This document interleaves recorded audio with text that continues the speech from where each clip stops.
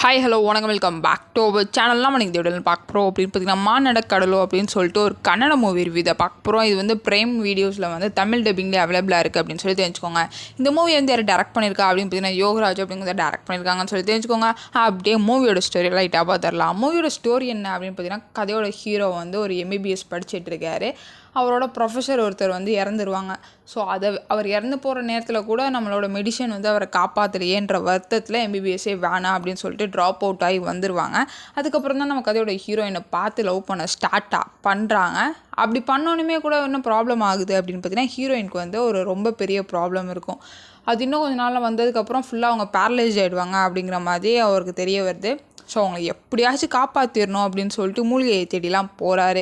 கடைசியில் அவங்கள காப்பாற்றினாரா இல்லையா அப்படின்னு சொல்லிட்டு நீங்கள் மூவியை பார்த்து தெரிஞ்சுக்கோங்க. மூவியை பற்றி சொல்லணும் அப்படின்னு பார்த்தீங்கன்னா டெக்னிக்கலி ஓரளவுக்கு ஸ்ட்ராங்கான மூவி அப்படின்னு தான் சொல்லணும். எல்லாருமே அவங்களுக்கு கொடுக்கப்பட்ட ரோல் நல்லா தான் பண்ணியிருக்காங்க.